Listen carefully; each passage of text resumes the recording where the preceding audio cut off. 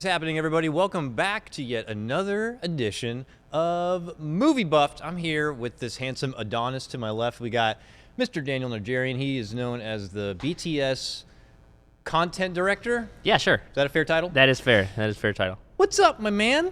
Welcome back Morning. into the warehouse yet again. The How cold are you? warehouse in the back. It's a little chilly today. It's a little chilly. It's feeling been a pretty little cold at night, and it's so funny to even say that because my dad's like, "How's the weather there?" And I'm like, "It's cold." He's like, "What's the weather like?" You don't even know what cold is. Yeah, exactly. One of those things. As Yeah. a West Coaster, you feel totally uncomfortable trying to talk to anyone outside of California how cold it is because they're immediately going to hit you with, you don't know what cold is. And Yeah. they're right, because we don't get weather. Yeah, they're like, what was the temperature today? I was like, well, the low was 40. It There was a almost hit 4. 40, and then the high was 72. So I don't know, you know. And he's just... But I get cold overnight. Our house gets cold.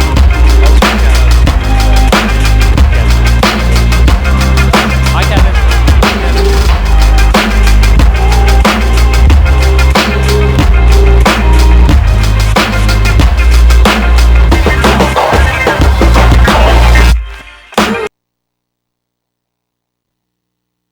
A lot of my belly is showing, but that's my fault. But I don't know. I'm enjoying it so far. It's weird. It's funny to look at it. I'm like distracted almost by looking at what we look like because it's different. It definitely looks way better though. So great job to them. Remember, guys, if you are one of our podcast listeners, that you can always come and check our show out live on one of our Twitch pages. We're not always going to be on twitch.tv/Beyond the Summit, but we'll be on one of the Beyond the Summit channels. We try to for the most part. We try to Yeah, for the for most sure. part. It all depends on our schedule. So, Movie Buff, man, what do we do on this show? We talk about movies. We talk about shows. We talk about something outside of really esports. You know, this is a new discovery for us, a new avenue that we want to just talk about some of our passions and what we love, which is content, creativity, and just entertaining, really. Yeah. I'm trying to think of how to get into this, and I feel like we should just talk about what we did last night because we went to the movie last night. We did, and now it's Shape of Water. Yeah, the movie, A movie, is the Dan, Shape that of I Water. probably would have not really have ever seen, to be honest with you. And this was all you. Like, you Yeah. picked...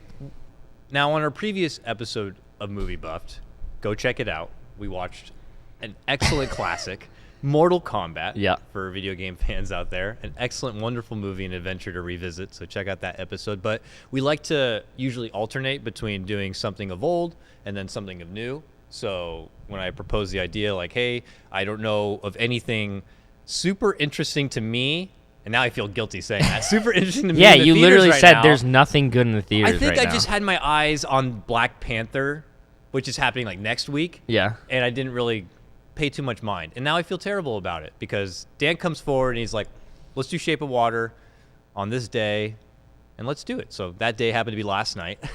Yeah, it was last night. We moseyed over to our local little Yeah. quaint, cute movie theater. Yeah, it's super cute. So we live in this really cute little town, and me and Dakota are neighbors, and so we went last night for a late night showing at this really nice little theater. The guy at the front had his PlayStation. So there's two guys working there, and they're about as stereotypical of like Movie theater movie dudes. theater Yeah. dudes as you could get. You know, they're just like, you know, not like apathetic, but like there's not that many customers there. It's a small theater, so they're kind of like doing. So one guy's playing his PlayStation Vita, of which he's playing Final Fantasy X on, Which you just latched on right away. You're Yeah. Like, are you playing Final Fantasy? Yeah, You I, just went in. I sniffed that shit out real quick, and I was like, "What do you got on the Vita, dude? The Vita is the classic all-time best and he's handheld." kind of like, I mean, I'm working, sir, but if you want to know. Yeah, he didn't want to admit it at first. He was like, he wouldn't say anything. He's like, "Oh, it's just a game," and I'm like, "You know what game?" And he's like, "Final Fantasy X," and he said it like reluctantly, but And you're like, The- no, bro, I'm one of you. yeah, I was like, We're "Oh, one of us. sick." We I was are like, gamers. I'm Yeah. playing Final Fantasy IX right now. I'm doing a playthrough, and there's the Humble Bundle. If you like any of these games, the Humble Bundle right now for this next, I think there's only a couple days left, has Final Fantasy games. Like, so I bought Final Fantasy IX, Final Fantasy X, and Final Fantasy X-2, or XX2, however you want to call it. Now, is it all the new gen Final Fantasy games? No, it has Final Fantasy 3, Oh. 2, 7, I'm a fan of 8, the old 9, school ones myself. 6, 10, 10, 2, 13, 13, 2. Tactics? I'm pushing it. I don't know if it had tactics, but it had Type Zero, which is like a newer one, but Okay. is a little bit more. A Final Fantasy sale. Yeah, on the Humble Bundle, which is good. Obviously, you can give to your local charities. What's cool about that too is that they made it so it used to be. We're totally off topic, but I don't care. Just keep going. Where it used to be that kids play or child's play. So the charity that helped kids in hospitals, they give them video games, shit like that, and help them out. Now you can choose your charity, and so I chose. What'd you choose? I went through and I was like, oh, I wonder what Chicago charities there are. Oh, Beards of America. Neck Beards of America. I gave to Neck The Beards. Deep Dish Foundation. What Chicago? It charities did you find? gives a fedora to a neckbeard in need. Oh, my lady. But thank you. No, I gave it to there's a Chicago. Oh fuck, now I forgot the name, but it's a cat sanctuary in Chicago, course. and Okay, they cool. they help out cats and shit like that. So I gave and I threw him a couple bucks. It's like it's not that much money, but it does feel better knowing that you're helping somebody, and now that you can make it whoever you want, it's a lot cooler. I don't know. Great for them. Final Fantasy IX also amazing game, hilarious game. It's just really funny to name your characters whatever you want. Yeah. You're know? sending me screen caps of like what? Their name like Boner. Boner. I need you. Yeah, And you're just giggling away. because I forget, and then you remember one of the characters will say just yell boner or like say something Or just silly. ... Yeah. Boner.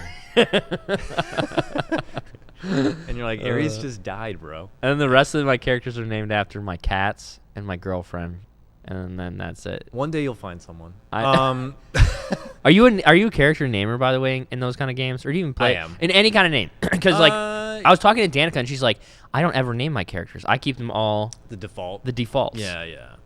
I normally name my own characters with the exception of Earthbound. I kept them as what they were because it was actually in that game like an option to be able to keep it as default.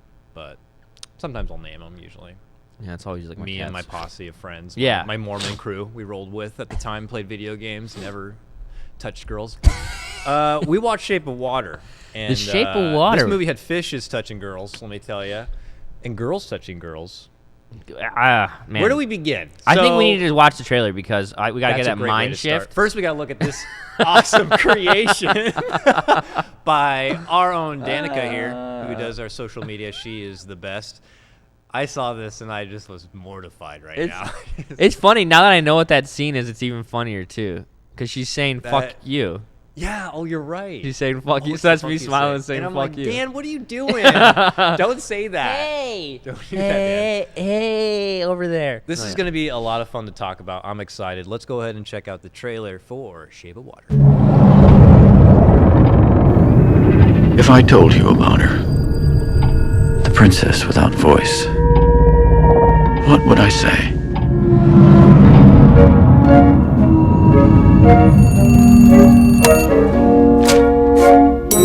Eliza, come on.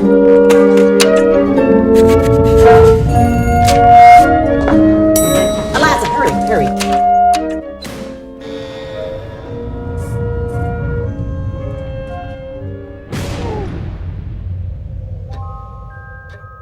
She deaf? Mute, sir. She can hear you. You clean that lab, you get out. This may very well be the most sensitive asset ever to be housed in this facility. You may think that thing looks human. Stands on two legs, right? But we're created in the Lord's image. You don't think that's what the Lord looks like, do you? This creature is intelligent, capable of language, of understanding emotions.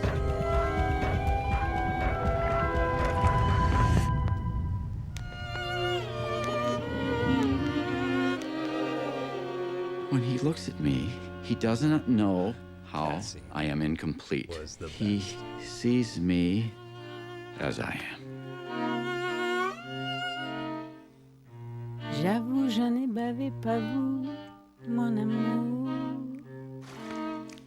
Avant d'avoir eu vent de vous. The natives in the Amazon worshiped it like a god. Get him out. What are you talking about? No.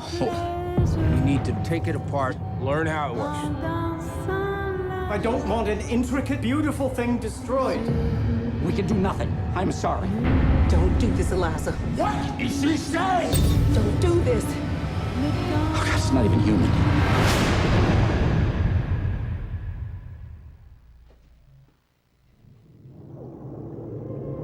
If I told you about her, what would I say? I wonder.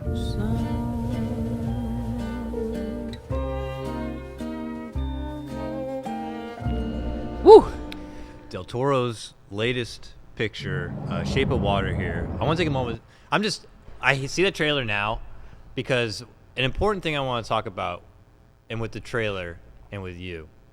Now, I did not watch the trailer for this movie. I didn't know anything about this movie. Yeah, Only I saw, told you not to. You told me not to. I only saw the poster. I saw a girl and some sort of sea creature holding each other. And I started watching the trailer, and I told you, okay, because when you suggested the movie, I'm like, let me check out the trailer. And I started watching. I was like 10 seconds in. You're like, don't.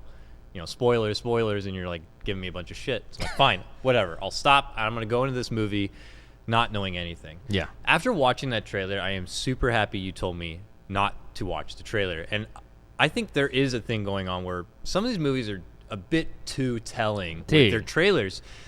This movie I'm so glad I did not watch the trailer before I saw this movie. I really just got to be thrown into the unknown, and to learn so much as it went along was an extremely pleasant experience. Yes. And Yes. I am super glad. I thought if I saw that trailer, I would have felt like I'm going into something kind of cheesy, sadly. I don't know why. I just felt a little cheesiness from that trailer. It just gave a little too much. I think they could have made it a lot more simplistic, let a lot of the obvious tells, like the cinematography and just how amazing and crisp it looks, that should be enough of a tell. And then some of the brief moments of acting to be like, come see this. This is going to be something amazing. I think that they should have gone with way more mystery in this trailer. I hadn't seen the trailer until right now either, and that's all I was thinking when I was watching was, holy shit, that's the entire movie. It is. Like, I would know everything that's gonna be happening in this movie based on the trailer. It's like, this girl is a janitor. She's deaf. She comes across. She's not deaf. She's mute. Oh, sorry, my bad. She's mute. She comes across this crazy creature experiment, and they're in the 1960s. She falls in love with it, and she wants to go through a crazy plan to probably break him out or set him free. Yeah, and then I think you get so many kind of preconceived notions about what the movie is, who the characters are, before you've even really met them. Yeah. And that's why I do not watch trailers for movies that I want to see. If there is any type of promotional image or anything, and I am like, okay, I want to see that, that's it.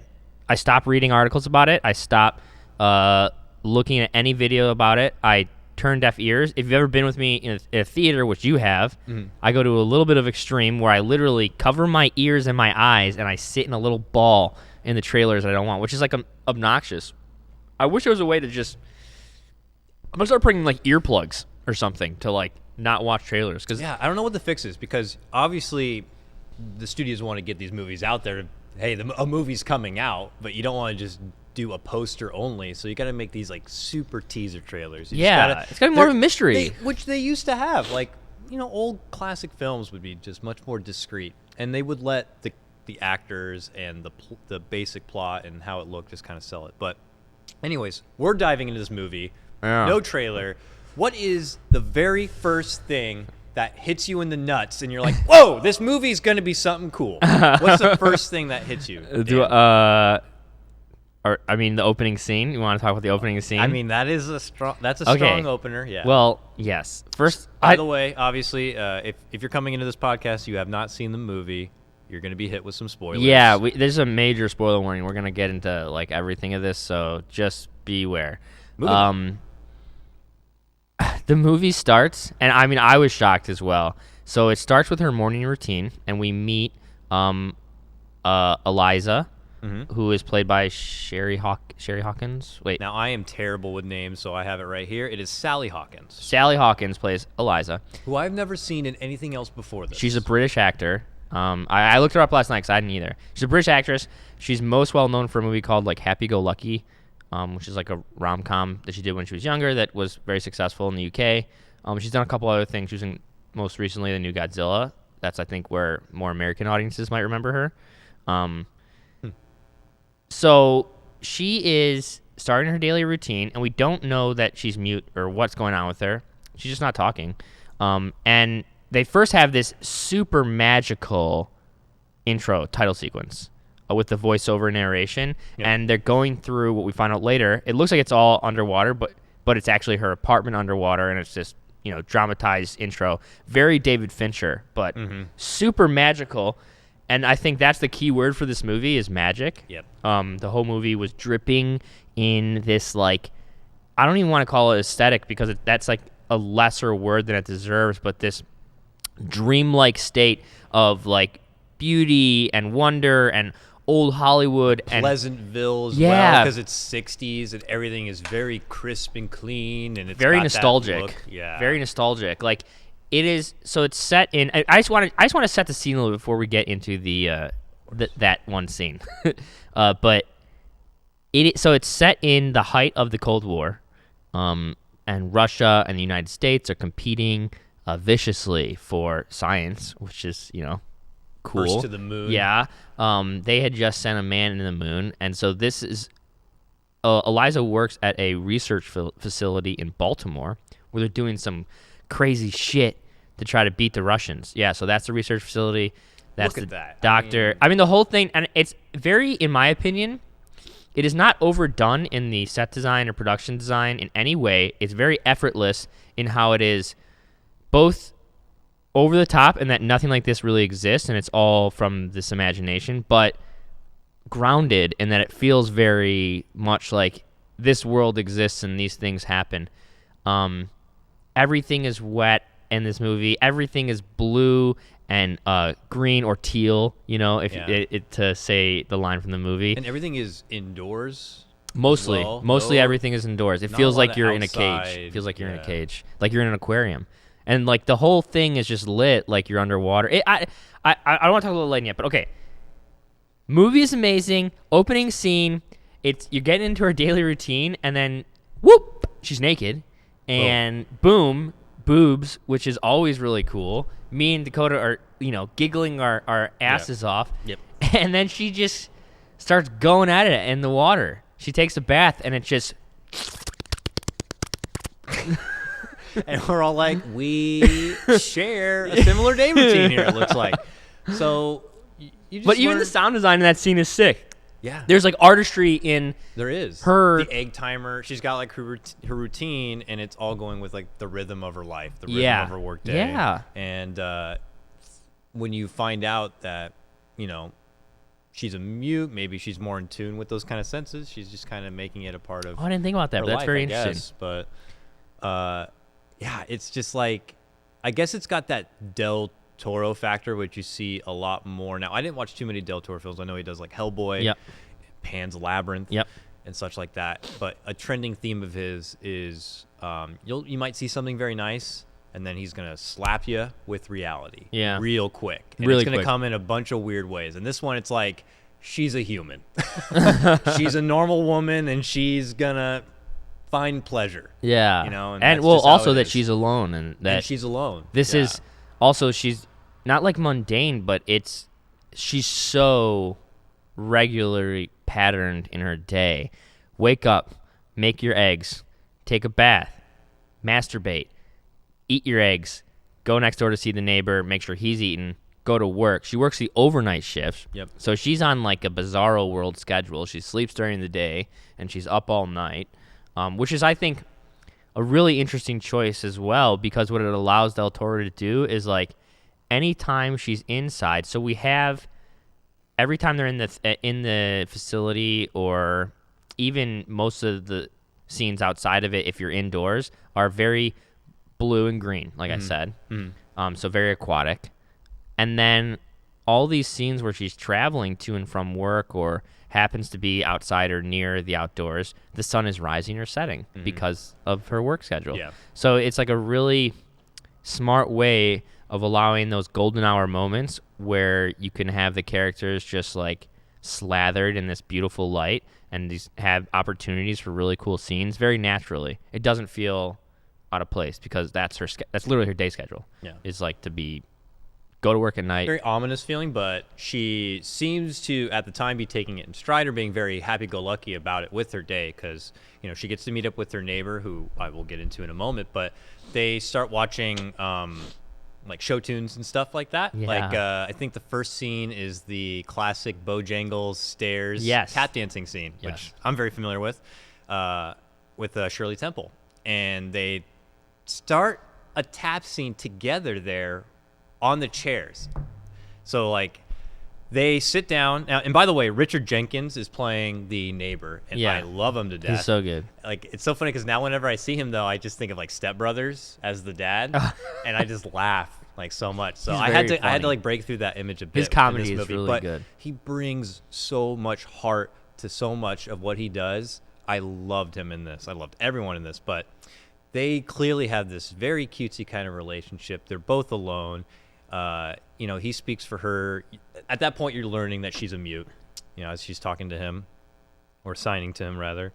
And, they start tap dancing on the couch to do a little soft shoe, a little flat ball change step here. And then when she leaves for the day, she's going down the hallway doing a flat ball change. Legit tap steps, by the way. Yeah. She's doing legit tap steps. It's like she has this bubbly love for musicals. And I'm already getting this, like, big bandy, like, musical fun dancey. More nostalgia, more magic, more old Hollywood, more big Hollywood. So actually, old Hollywood, Kevin, I have that scene. I got that clip to show because in the theater, Dakota started like tapping, and I thought he was gonna cry because all this stuff had, suddenly, all of his interests were like in the movie, and luckily when I got home and looked through that, and tap dancing, masturbating and tap dancing, Fox, pardon me? Yeah, let's play it. Kevin's like, shut up. That's better. Oh, look at Betty. Oh, God, to be young and beautiful. If I could go back to when I was 18, I didn't know anything about anything. I'd give myself a bit of advice. I would say, take better care of your teeth and fuck a lot more. Oh, no, that's very good advice. Pretty baby of mine.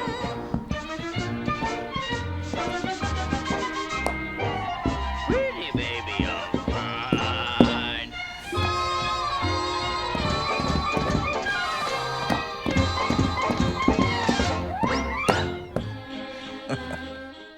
Really cutesy and fun. Yeah. This could be something as, Del Toro may be a fan himself of kind of the old big Hollywood dancing. He is. He loves to put stuff he loves in this movie. He loves to In put any stuff he loves movie in he all does. all his movies. It's like such a thing with him. But God, even just like looking at this, look at their costume design. Holy shit! Every texture in this movie is chosen for a reason, and it feels so right. I don't know how to say it, but like everything feels so right. It's like just like if you imagine like the '60s, Cold War. And it's funny how the one thing I would see when people would chirp on Twitter, was this is an adult fairy tale. And I was like, oh, that's like all Del Toro's movies. Like, so that's kind of like a cheap thing to say. But this is in such a different way, just like literally opening up with a woman, full frontal nudity, and then that is like, super adult. It's not for kids. If they don't have that, you could cut out, 4 more or 5 more things, and then you still would be an adult movie. But they set the tone right away. This is not for your kids. This is for you. Reminder. This is about real people, real issues. He touches on a lot of shit, though, all across the board. He goes into racism during that time. Mm-hmm. This character is gay and has to deal with hiding that, the shame of his ex-lover and wanting to find a new lover. Yeah, he's an artist, and that's a struggle. Yeah, he's also and again, so a lot of this movie is also about old world, new world, right? So literally, this ancient creature from millennia ago. So the entire idea of the amphibian man, as they call him, is that he is a creature from the Amazon,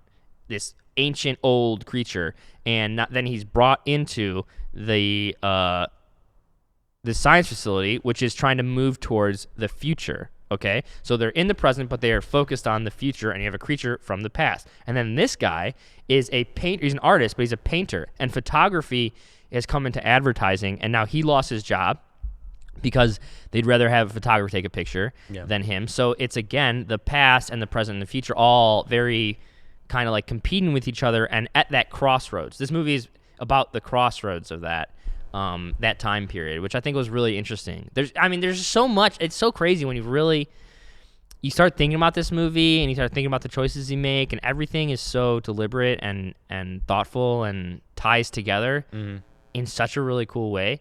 Like, it reminded me of like when I was a kid in high school and I was in like art class, and they would be like, you have to justify your art. Justify. Right? Okay, so they would make you give like a little talk about whatever you did. So whatever, I took a picture. So you'd present. Oh, okay, a yeah, picture. And whatever it is. Little a shitty mug. I was like a photographer, so it would be, this is like photography class, right? Okay. So you couldn't just be like, this is a cool picture, I just think it's cool, right? You have to give like substance to it and like reasons, even if you're lying, you know. Yeah. You have to, Okay. and then it made me realize that's because they do that to you, because the only like good art is art that has meaning and that comes from somewhere, and there is art that's cool and just looks cool for cool sake, and that is special too. But that when you give it meaning, you give it something else. So training your brain to try to put meaning in everything you do. And when I was watching this movie, I don't know why, I just clicked back to my teacher saying that and being like, yeah, that's why you fucking do this, because you make amazing shit when everything is cared about and there for a reason and has a purpose.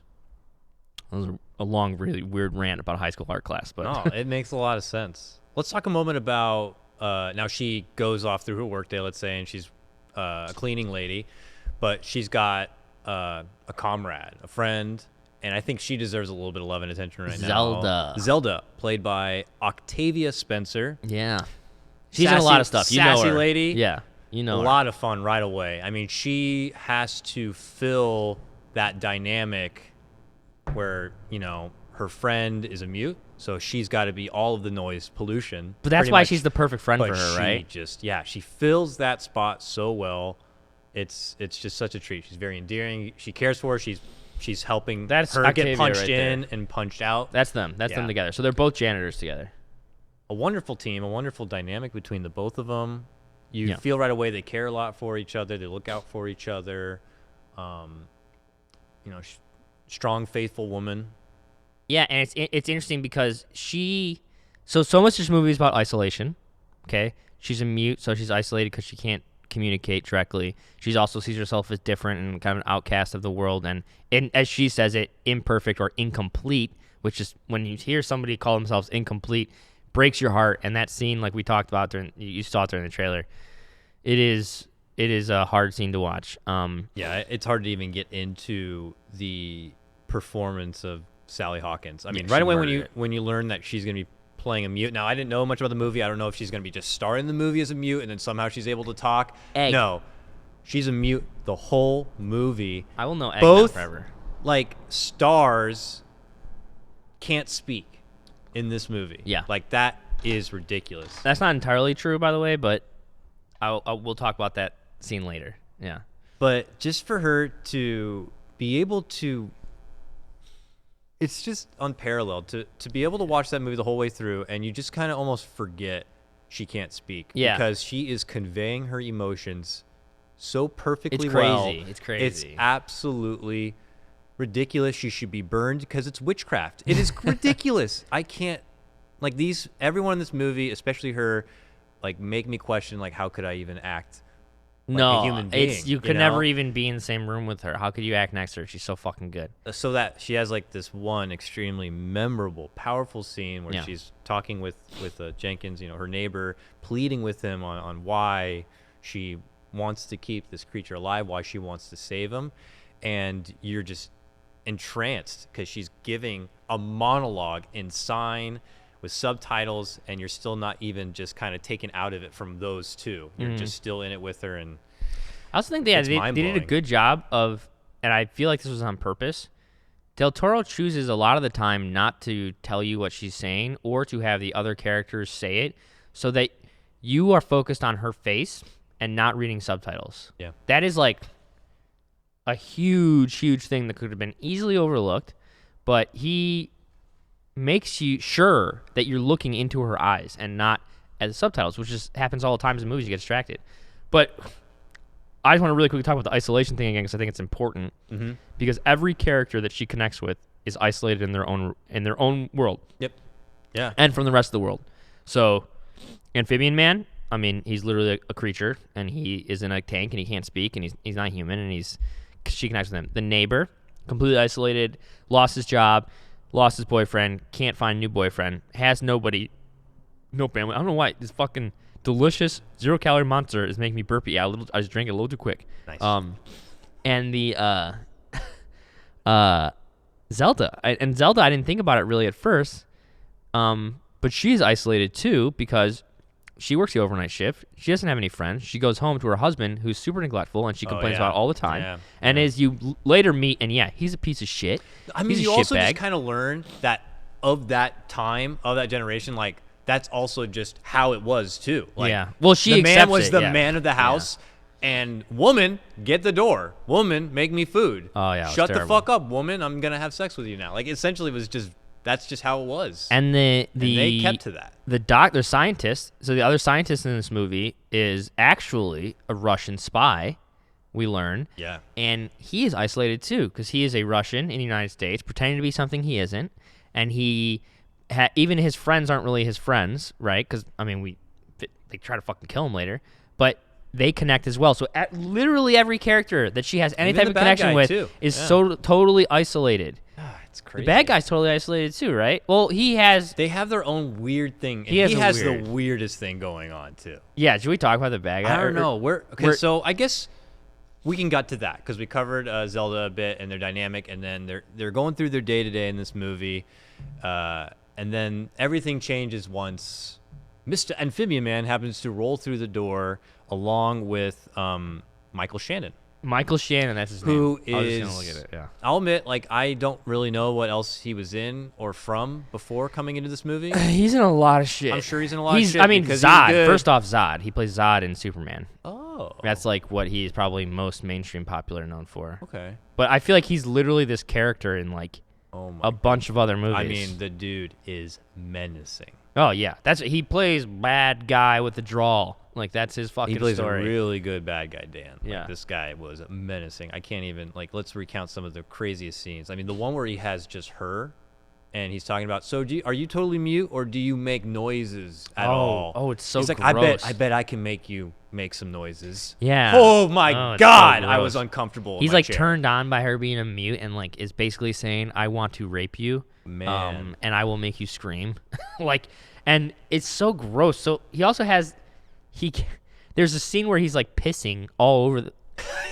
They're cleaning the bathroom Oh and he's my- just like he's pissing all over the place and then like not washing his hands and explaining why that's okay. Oh my God, no, yeah. He comes in. Ugh. Let's talk about that scene. He comes into the bathroom where we have Eliza and Zelda cleaning the men's room. Wash his hands about. first. Comes in, drops his baton, then washes his hands, talking with the ladies. Then goes over, drops his trowel, takes a pisser.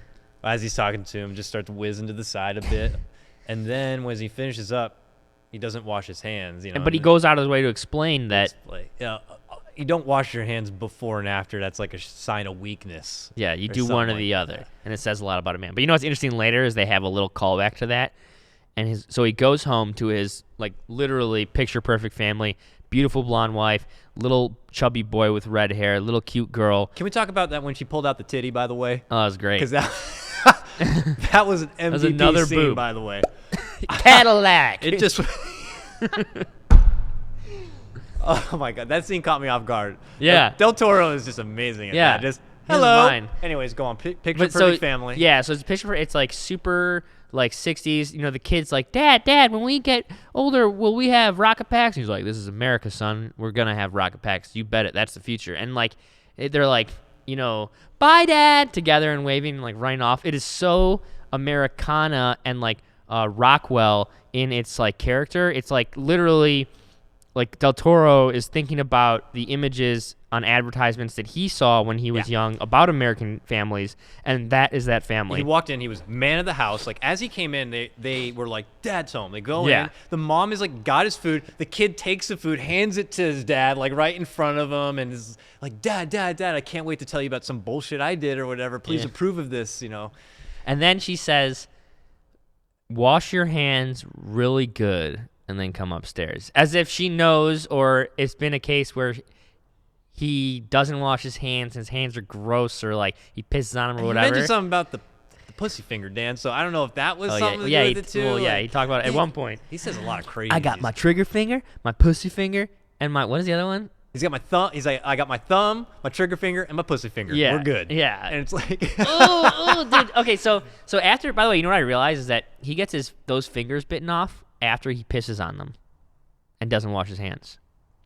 Just an FYI. He gets them bitten off. Like that, it's literally right after that scene.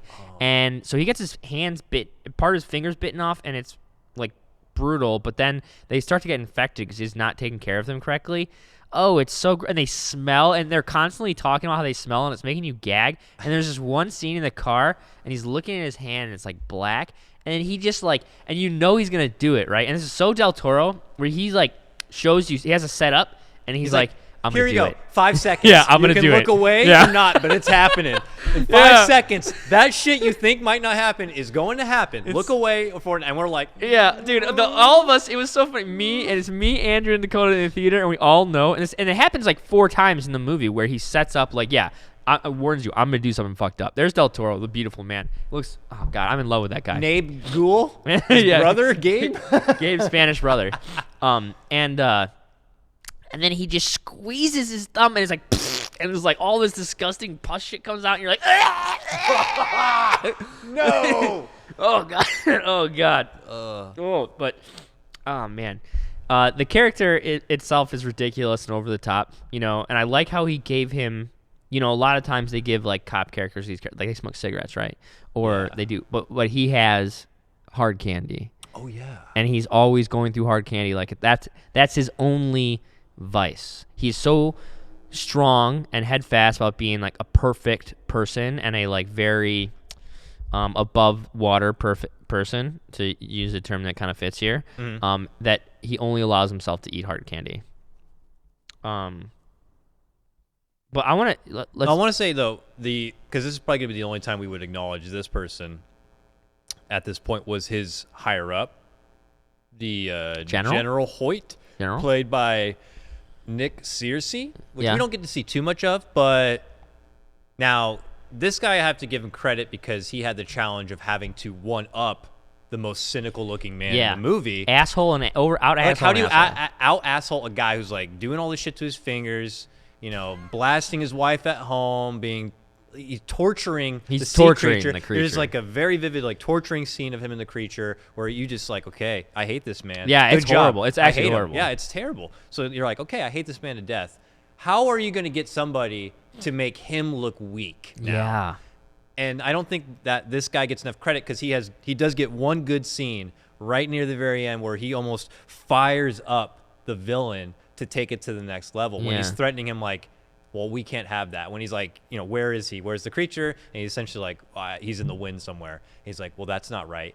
And then, what was it? He tries to plead his case, does Michael Shannon. He's like, I've done this 14 years, I've done it, and I'm having one flub. And you mean to tell me that this one flub, makes me not to be a decent man? And then he just turns it around on him. He's like, decency, you want to talk to me? He's like, we don't give a fuck about what you're talking about. Just know that if you don't get it done, your whole life is over as you know it, and we're taking it all away from you. Everything you have is gone. Go get him. Are you going to do something about it? And you're just like, holy shit. And then he just goes. Dude. You know what's funny? I didn't think that was an effortless, effortless is such a thing that I thought about this movie a lot, but that is an effortless scene. And you're right, that performance is so important because it makes him look 2 feet tall. Yeah, how? He's such a giant in presence, and he's so weak. But yeah, he's like decent. We export decency. It's not worth shit, and he's like, and you're just like, and you're sitting there as a viewer, and you're like, you almost feel bad for him. I do. I feel bad for him because I wouldn't be surprised if that's just how shit can go. Yeah. Up in those up there at that level. Yeah. They're like, listen, son, we don't fucking care about you. Yeah. And we have all this power. So You do it, you're or you gone. get the If fuck you don't out. if you don't get what we want, we don't care about you, and your life's just over. Like, woo. So Great call. he Great has call. to drive Give him him up, that credit. and he goes him out all the way to the end to be like, this is what's going to drive this man hard enough to pull his own fingers off. To find yeah. Later, what it he is he's looking for. pulls his fingers off as they're To decomposing and infected. Really send the message, yeah. Woo. Good shit. I mean, we can go in all day about Michael Shannon's performance. The dude's a god. I'm a huge fan now. I didn't really see much of what he did before, but this guy can play a bad guy.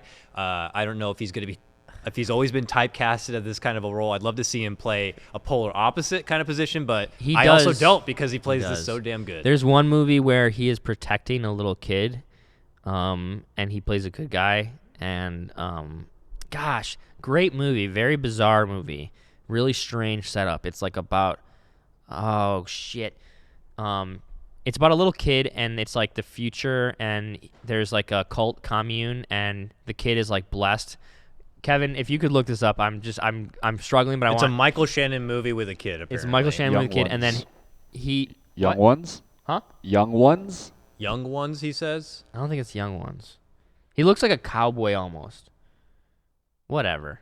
It's a great movie when he plays like a protector. I would be interested to see more of his just little because kid. his performance here was great. Again, There's another movie so where he's many like a performances cop, in this movie were great. and he's very much this character. I can't remember. It might be a show, but there's a scene that I remember that because it's so graphic and vivid, where he has a whip, and he's whipping himself in the back, and like punishing himself. He's like some religious cop guy or some shit. I don't fucking remember what that one is. I can't remember anything. Again, I apologize. We watched this last night. We got out of the movie at like 1:30, and we came first thing in here. So my prep time is minimal, and I am forgetting a lot of things right now. If you guys want to yell at us about how we fucked everything up and that you know how everything is done, come to our Discord. Come to our Discord. Come to our Discord. Actually, I feel bad for not plugging this earlier in the podcast, but I just want to take a moment here to plug how awesome our Discord is. I know it's just like a humbled, very, very small community of bros and brosifs and ladies that are just there to love movies and chat about movies and talk about, I just watched this and what should I watch, and all these are in movies right now. I think it's a cute little community. I think we'll plug it in the chat if you want to join us, but we often will talk about what we're thinking about watching next, what we're going to watch next. We've done voting for people to vote on what we're going to be watching next, and we'll take your insight to these movies and what you felt about it. I know in particular Mr. Buskus watched this movie, Shape of Water, and was particularly excited that we got to see it too. Yeah. It's been really fun to hang out in there and just like nerd out about the stuff that we care about with other people that care about it too. And I've actually been introduced to a couple of really cool things I wouldn't have been otherwise, thanks to the people in there. But all right, so we went on to about Michael Shannon a bit. Yeah, okay, so we went on to Michael Shannon. I think it's an interesting approach to this episode is just kind of going through the actual performances because every character was legit. Even the supporting characters with tiny roles, from the bodyguard to the Russian, who, the butter cake scene was really funny with him. And then and how he was super obsessed with the password. Little character quirks, but it was like really good. The Russian himself, and then the scientist and the research lab, like the head of the research lab. Like, I don't know what to call him. He was like the Are you talking about the actual administrative guy? Dmitri guy? Well, there's Dmitri, the Russian scientist. That's him right there, Dmitri. Yeah. So he is a Russian spy, there to spy on Americans' research. And then the other guy at the facility who is like, he's got the flat top and the mustache. Oh, he might be the head of security. Yeah. I don't even know what he is. He's like he's like an operations guy. Yeah, he's like a pushover operations. He's like a middle guy. manager. Yeah. He's basically 1960s middle manager. He's good too. He's funny. Yeah. And you know what is special about this movie, and what makes it a great movie, and something that I'm gonna rant also about, something I hate when I hear people say that, like when it's like an action movie and they're funny, or when it's like a drama and there's comedy, or when it's a comedy and there's drama, when genres blend or emotions of life like kind of like intersect a formula that you don't like. This movie has everything. And when I say that, I mean that. You laugh in it, Okay, you're disgusted in it. There's action, there's violence, there's love and romance. There's like somberness, there's sad moments. That's like human. That's what it means to be human, and That's that's what life, right, really, for yeah. me is like what a really good movie is. It's able to touch all those notes without feeling like it's forced on you, or like literally like somebody like beefed up a script and like we got to throw some jokes in here, so they just threw some shitty jokes.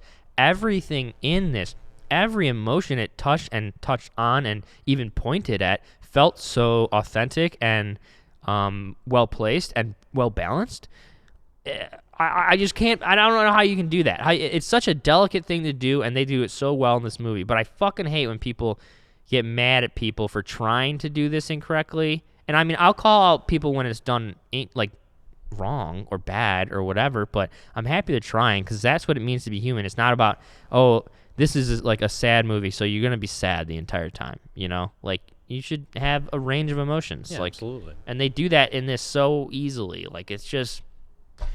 It's crazy. Well, they're able to kind of do that so well, and it's really hard to kind of think about many of the weaknesses of this movie, really. But I have like 3. If I had to talk about one, and I'm curious to hear your take on this, is that just the overall like story arc, I guess. Like we've seen this trope before many, many times. I think King Kong is like one of the original ones, right? Creature, lady, creature falls for lady. They find some sort of bond together in a way and become companions or of some sort. Take it to whatever extreme, be either at Disney small or Del Toro big. It's a story we generally have seen before. I have a comment on that. Okay. But you can finish your thought. It's just like, but is it because this kind of story arc is so simplistic that they're allowed to do so much with it, have all these unique characters, have all these beautiful, glorious shots, and just kind of take it to that kind of level? Yeah. Curious. So 2 things. Number 1, yes, I think that by using a formula that we understand, you can actually have a greater reach and stretch in what you can do with that story, because the base of it and the core of it is something that we relate to.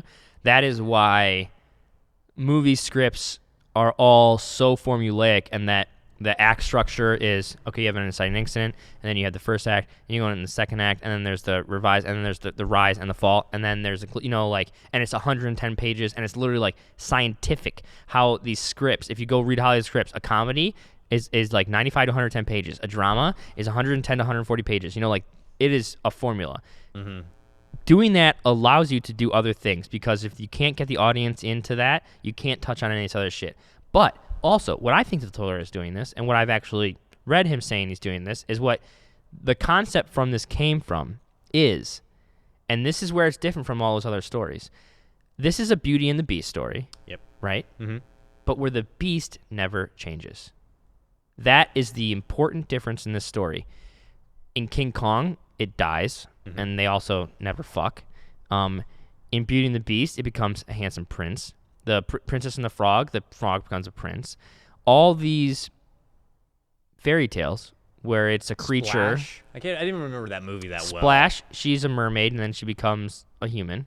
Little Mermaid, she becomes a human. Yep. The beast is, in this, the creature is always the creature. He never changes. Nope. We have a better understanding of who he is and what he is, but he is always him. And I think that is the big difference and the flip on that traditional formula.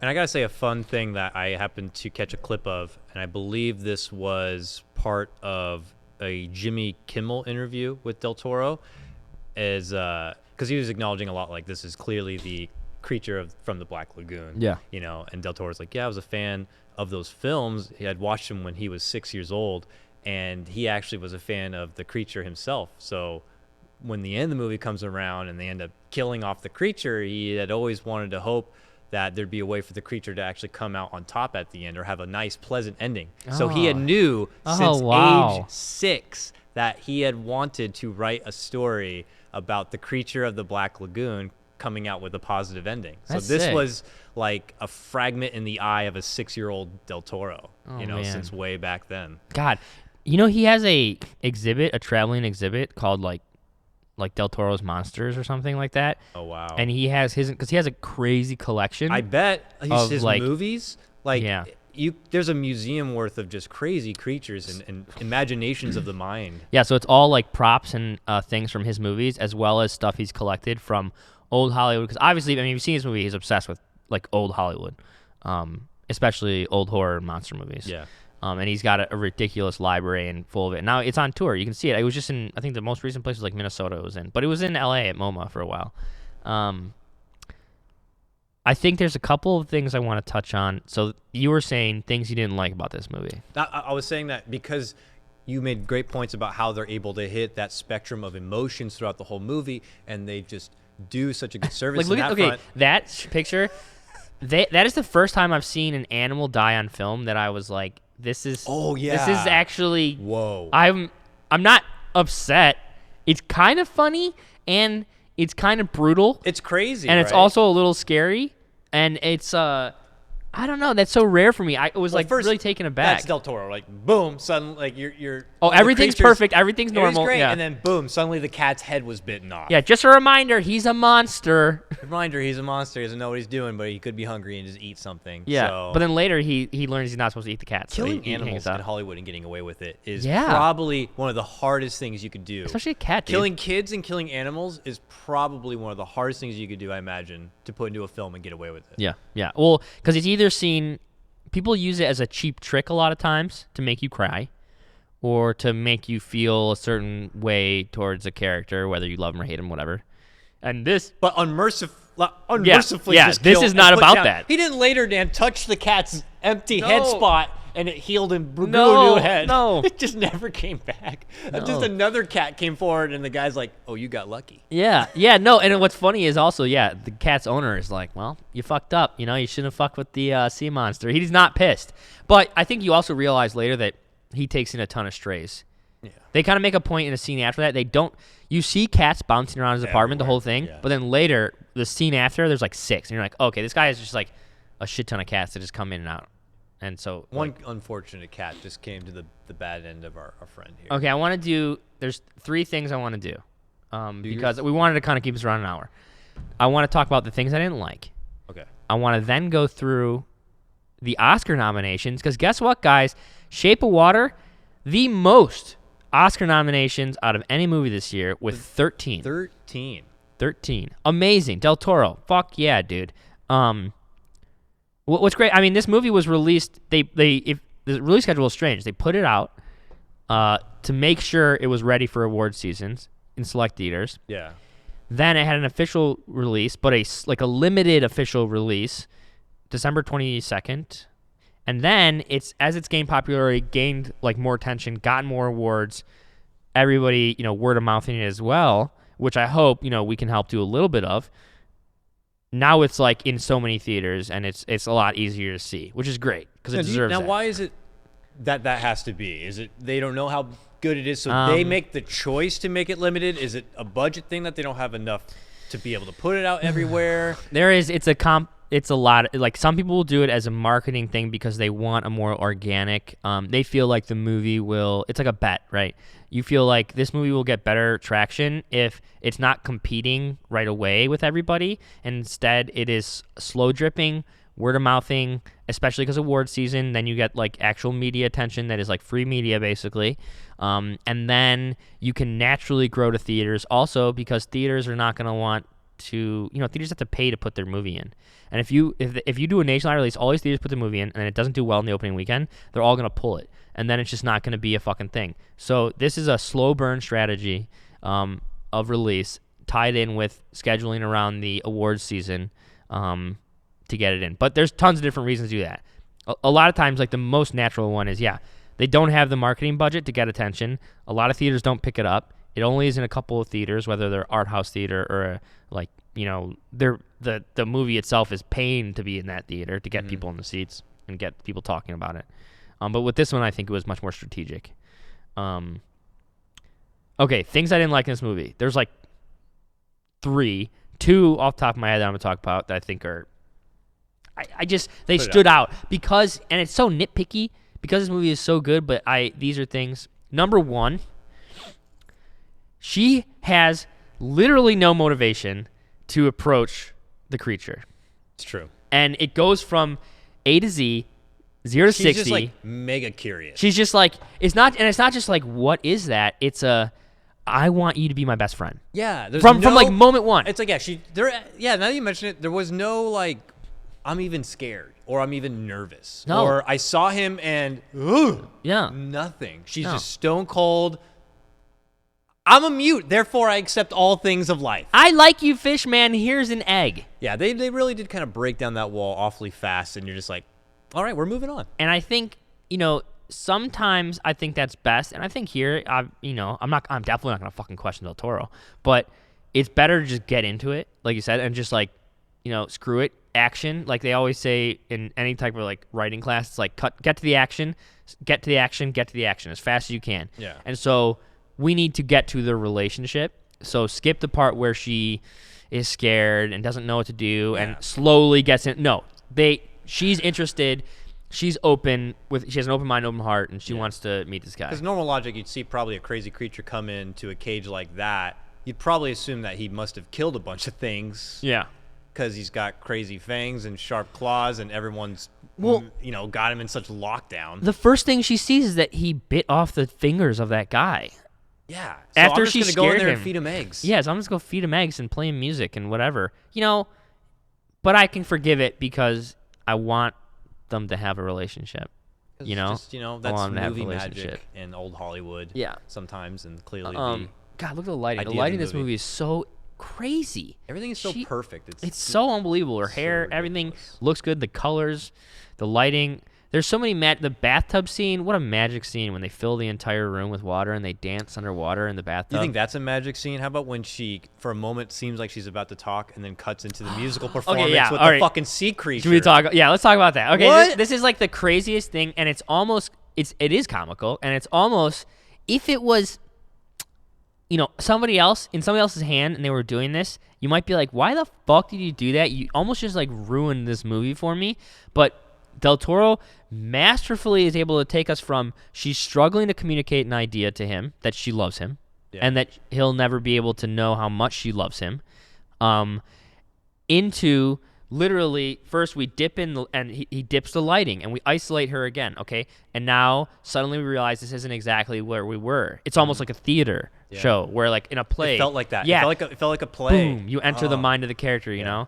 And then she starts little noise, and it's very gradual, and it's Sally Hawkins, again, another person you have to say, you fucking murdered this. You go from never speaking a line to suddenly making noise so good. to chirping away, and then out of nowhere, it is a big band, dance ensemble, old Hollywood. Fred Astaire, Ginger Rogers number. Oh my God, it's like where is Dean and fucking what's the other guy? What's the little fucking squeaky guy's name?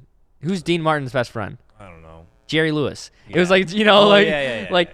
And she's dressed beautifully in this dress, and she's singing Yeah. and dancing with the Aquafish Man in a black and white for out of nowhere. But it's one of my favorite parts of the movie. Yeah. So crazy. It was just a lot of fun. Yeah. And then they wrap it up and they put her back into the scene, and it is again effortless in how it And then comes you together. feel like a slight pit of almost sadness. It's just like, because it's that's over. what she wants. Like, Yeah. that's the dream, and I she love has this to- shot, by the she way, has to too. free him the next day. Um, I'm sure there's so much like deep meanings to this. Like, they're showing this film because Yeah. it's with the same story as what he's going through right now. But I don't even know what the fucking film is. I'm sure he put in so many seeds like that we don't even know. Yeah, I would like to figure out so that is like the theater she lives above, and he escapes for a moment. This is after he eats the head of the cat, and he goes in there, and it's a really beautiful little pose. And something I'm not gonna nitpick at. There's one scene at the end that I didn't like, but his pose here, it reminds me of something. So when Del Toro and the actor who's playing this, because the other thing I want to do is I want to talk about Doug Jones. Yeah, so the the guy. actor that's playing this is a guy named Doug Jones, and that pose right there, when him and Del Toro were figuring out how to put this together, the character, Del Toro said, physically, and how this guy moves is like a matador. Okay, so it's basically masculine but sexy, theatric but strong, And there's several scenes in it after I read that and like watched some of this stuff like in the trailer where he's moving in this way and you're like, wow, that's exactly what they did right there. And it's a really cool kind of piece of information to understand between the actor and the director. And I just want to talk about Doug Jones. I have a little photo. So Doug Jones, if you guys don't know this guy. Doug Jones is a guy. You do know this guy. Oh, okay, for yeah. sure. Talk about Doug Jones. This is Doug Jones, okay, You guys probably don't know Doug Jones, but you do. Yeah. That's the thing. Yeah, Have exactly. you seen any of these kind of characters where you don't know who it is, but you're like, that guy did so good in the movie, but Doug Jones can move his body in ways that you just don't see in people normally. Like, he conveys dialogue with gestures and movement, and he like tells stories with his body about the character. So the one funny thing is, the big joke is that this is just a sequel to Hellboy because Abe the whatever sapien from Hellboy is like almost the same character in how it like designs, like how it looks, and it's the same actor, which is interesting. But not, when you look at this, Abe looks so untextured, like he is so slimy, and the sea monster is like scaly and sharp and dangerous and like a real monster and ribbed and like muscular and crazy. So it's so different. But him and Del Toro are like super homies. oh, I bet. And I just want to give a shout out to him because he's an amazing actor physically and doesn't get that kind of love. He is more now than ever, I think, because of this performance, and people are finally really picking up on guys like this who are putting all this effort into it. Say what you want about the Jar Jar Binks actor, but that guy, he killed that character. he played it, True that. And Doug Jones is a really special guy in Hollywood, and I hope he always has encourage you to look up his IMDb and scout all the things and be shocked and amazed at how many times you've seen this guy and had no idea it was him. Mm-hmm. We're going to be wrapping things up, I'm sure, but man, everybody's performance in this movie was just so freaking good. And some of them may be rewarded for it if you want to segue to Oscar talk about it. I want to go. Let's just go. This is what I want to do. Let's go through what they Let's go through everything and say if we think it can do it or what we think of it. I mean, I'm not the best with Oscars, so I don't even know the other movies that are kind of competing Who in cares? these kind of categories Who or cares? whatever. But I'm just now excited that after watching the movie, I want to look at what they're nominated for and kind of secretly root for them almost at this point. Okay, You know what I mean? I'm gonna start. Ready? Go for I'm gonna it. start from the bottom though. Best sound editing. Now, you got the crunchy candies, you got I'm sure the beeps and the boops of the science lab in the 50s and 60s, the sounds of the creature. Yeah. The transitions. Transitions. They use sound to transition so much in this scene, and to do it's called so you would normally in video editing there's like match cuts, right? And so you do that visually, but you can also do it with audio and post, and they do that all the time in this, where they'll take a sound from one scene. So for example, the scene where the guy is fucking his wife, Michael Shannon, and which is weird because he's covering her mouth with his gross finger and she's telling him how it smells, and then he's like, just be quiet, I didn't think about it, but he just is imagining fucking the mute girl, and so he's making her be quiet. Did you realize that? No, I didn't realize that until and later. From back, it's like he likes Yeah. her quiet, or He's maybe like, just likes silent, her silent, quiet. silent. I don't know if he's trying to think of the girl or he just likes girls quiet. But No, I think he's doing it because he met that girl, and then it gives him a fucking bone job to think about this silent mute, and good so he's point thinking out. of that with his wife. So there's like a, and then they go and they take that into the next scene, and they're in the facility, and there's a machine making the same noise, and then. And maybe I'm remembering these so vividly because they're sex scenes, but then when she's masturbating and she turns on the egg timer, and then the click of the egg timer like also syncs up with the schlick of her wrist, little schlick of her wrist. Of the bean flicking, Dan? Okay. and it moves us in the sex scene. So they do that a lot more, and it's not just a sex shit, but I think I was hoping that I didn't see this until right now. So I think that the sound design and sound mixing both definitely deserve a nod. Film editing, the film was edited beautifully. I mean, It it's used a got lot of together. really I think it's hard to judge that, but I think what you have to look at is, did it feel like anything was missing? Did it come together normally? Did they do anything special with time or kind of manipulation of your? I what mean, there you're was looking at? I didn't feel like there was any excess. Like there was not. I didn't recall any moments where I was kind of like zoning out a bit. Like, okay, this is a good moment for me to space about something else. Yeah. Like I felt pretty entranced the whole time. So Pacing was ace. pacing was amazing. So they didn't have unused fat to trim off. I guess. Yeah, and I'd like that already it done. wasn't so, like so much of stuff, even stuff we do. I mean, it's the MTVization of content where it's a million cuts and it is a million angles. And I mean, the famous example is the 14 cuts to jump over the fence in Taken. Have you ever seen that? No. So there's like 14 cuts. So Liam Neeson is jumping over a fence, and there's 14 edits of him to just jump over the fence. And there's like the whole thing about Bourne, whatever. So Wow, I have to I like see that that. they were patient, and again, old Hollywood bringing in here is that let things breathe, let things move. The camera dances in this movie through the scenes.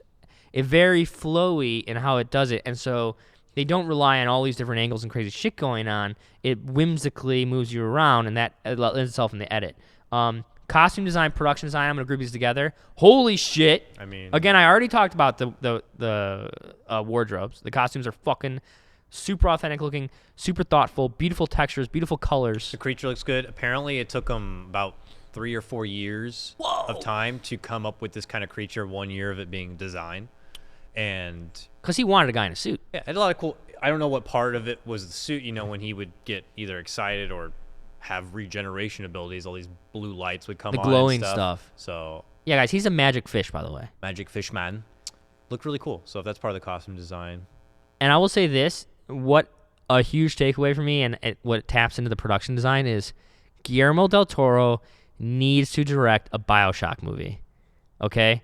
Because this was BioShock without BioShock. This could have been yeah. a story yeah, in BioShock. it just has like the whatever like filters and color, like it matched that as far as like tone and Yeah, look, for well, and they're sure. like steampunky, like all these big pipes, and Yeah. and literally like everything's wet, and like there's all this steam going on. There's like a lot of atmosphere everywhere.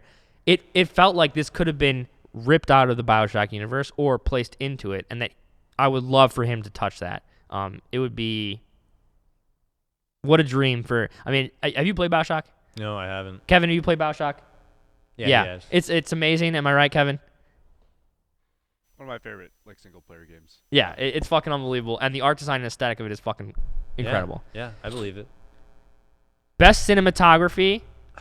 Sorry, I think they're gonna lose this, even though Because it's incredible. to Blade Runner. Blade Runner. I think they're gonna give it to Deacon. I don't want to get too much in our predictions because we are gonna do a Oscar prediction show with a very special guest that I'm not announcing yet, but he's super great. Cinematography is unbelievable, but they have competition. they have competition and that's what I know. Okay. Supporting actor Richard Jenkins. I mean, I love this man. He brought so much heart to the role. I don't know what his competition is here, but I don't know. I think he could do okay.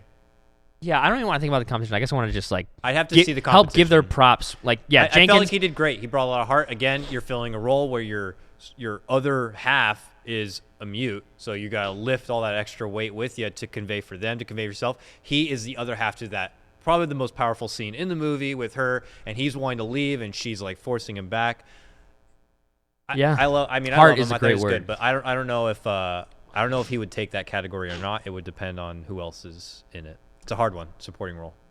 Best supporting actress. Excuse me, Octavia Spencer, That is her friend. oh, Zelda. Yeah, Zelda. Yeah, great. She was great. I'm so happy she got a nod because I she's think killed that's, it. That's already I don't know what else she's done. I'm sure she's very accomplished. If not, she's extremely talented. She's a very accomplished. I think she should be happy she got the nod. Again, it's a tough category, I imagine. I'd have to see who else is in it, but she was wonderful as the best friend. In keeping with actresses and actors, best actress Sally Hawkins. I mean, if it would be ridiculous if she didn't get it. I don't know how you compete against a woman who didn't speak for the movie and did all that. That's just, it would be ridiculous if she didn't get it. She was incredible. I don't know who's in the other category, but I don't know. That's a challenge. This is what I think. That is huge. I remember a girl who had to do Helen Keller, and I thought that was a huge challenge too. Yeah. Like those are just some of those roles. Like that one's tough too, because not only are you portraying like a mute and a deaf and a blind, you're portraying a real person as well. It's crazy. Like Yeah, Helen Keller, that's fucked up. But I was just gonna say one thing about Sally Hawkins' performance is that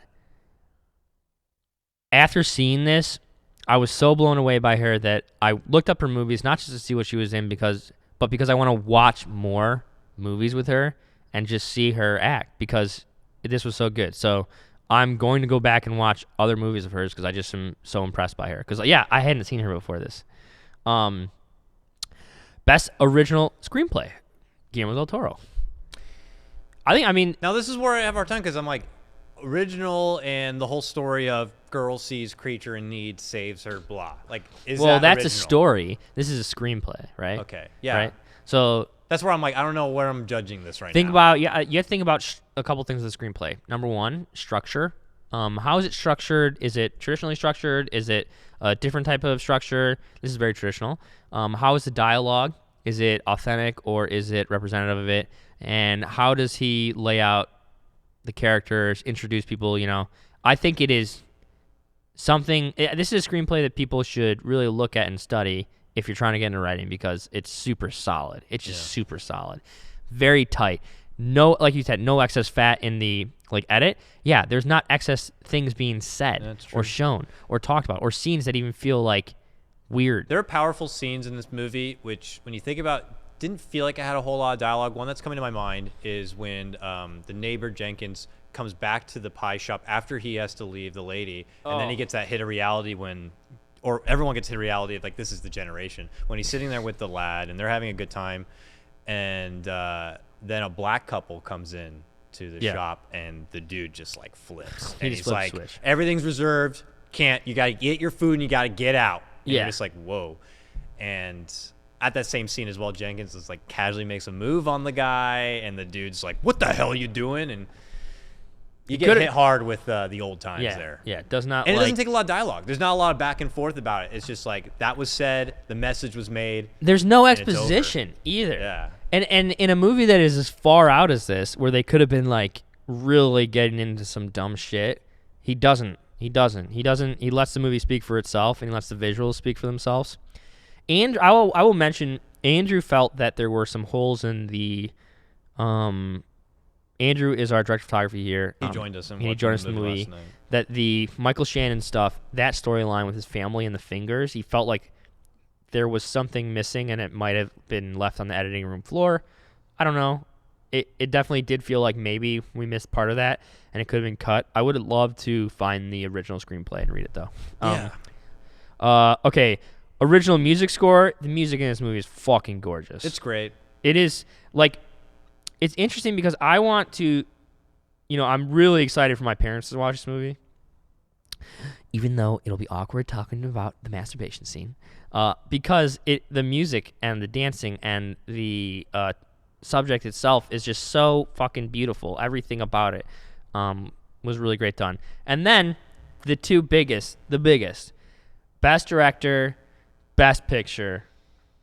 Now, Guillermo won the Golden Globe for best director, but I don't think that it has picked up best picture or anything. But I mean, if Guillermo gets on stage and wins an Oscar, that would make me more happy than any of those other directors. And I think he is a guy that has given so much of his life to cinema, to the art of it, of film, and to the history of it, of Hollywood, that this is one of those things that is not just about this movie anymore. It is about him as a person, and that's a weird thing to say, and I think a lot of people hate that about the Oscars. But I think this movie represents all of that. Both his skill, his execution, and his love, appreciation, and like him as like this kind of matriarch for the industry, especially in his region. I mean, he's South. Where's he from? Shit, he's from. I don't want to say where he's from. I don't remember. Yeah, he's Spanish. South American or Spanish. South American something. Yeah. I don't know. Whatever. Yeah. Yeah. Okay. I mean, I don't know. I just gabbed a little bit. No, I mean that's when we were getting to the back end of this one. They're 13, like you said, 13 most nominations for any movie. Do you think that they could win Best Picture? I can't remember exactly all the other ones. I know I haven't seen them.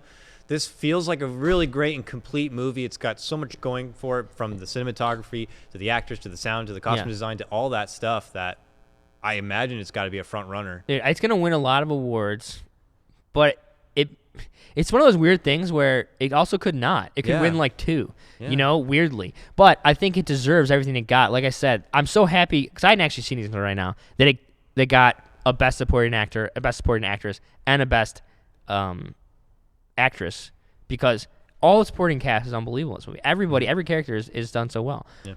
I don't know what I think Guillermo wins. I hope Guillermo wins. I don't know if it's going to take Best Picture, but honestly, would I rather watch this or Dunkirk? I would rather watch this. Would I rather watch this or Get Out, or I'm trying to remember the other movies that were nominated. I haven't seen all of them, but I'm excited to. Lady Bird, is that one of them? Lady Bird's a big one. Lady Bird's a big one this year. That's like this year's like Juno, right? It's like the independent, young, cool one. Bobby. God damn it. I gotta win. Damn it, Bobby. All right, guys, that's going to be wrapping things up for our Movie Buffed this time. That was a lot of fun. I'm glad we got to go on a new adventure, new experience here. We didn't settle back for a throwback yet again. I'm so happy you saw it, dude, and that you didn't spoil yourself. I loved it. And I will definitely be thinking twice about how I watch trailers in the future for these kind of movies. Maybe some of the movies, like maybe Marvel movies, I might peek at the trailers to be like, how much of this am I going to get for my money? But for movies like this, where we're going to dive right into it, pun intended with the water, I guess. It's water. Yeah, I'll definitely think twice about it. That was awesome. I think for our next Movie Buffed, it's potentially going to be Black Panther. Yeah, I think it'll be Black Panther. We're thinking about doing a Black Panther next week at some point. We'll isolate a date for both our viewing and for when we're going to do the podcast. Maybe we'll do a reaction show. Maybe we'll do a reaction show. We've been talking about being able to go to the movie and then immediately after trying to set up a podcast, because that's normally we finish the movie and we're looking at each other like, yeah, we want to talk really fast. And we just want to get into it while it's hot and fresh. I thought it was still pretty nice and fresh today, so I liked what we had. That was a lot of fun. But that's going to wrap things up. We'll see you soon for a Black Panther edition of Movie Buffed. If you want to stay in tune with what we're up to, if you want to ask us questions, if you want to talk about anything movie related or not, come by our Movie Buffed Discord. We'll paste it once again in the chat for you. And also be sure to follow us on the BTS Podcast Twitter at BTS Pods, P-O-D-S. And finally, we don't have any sponsors for our podcast yet. We just love doing it because we love movies and shit. But if you guys want to be able to support us in any sort of way possible, go and check out our Designed by Humans Beyond the Summit shop. We have some merch up there for Beyond the Summit. We have cool mugs, we have shirts, and then for Movie Buff, we have some wall art, and for Hot Cocks, we have a shirt. And all of those will help show your support for our products that we do in-house. Guys, thank you so much yet again. I'm Dakota. That's Dan. We'll see you next time for more Movie Buffs. Take care.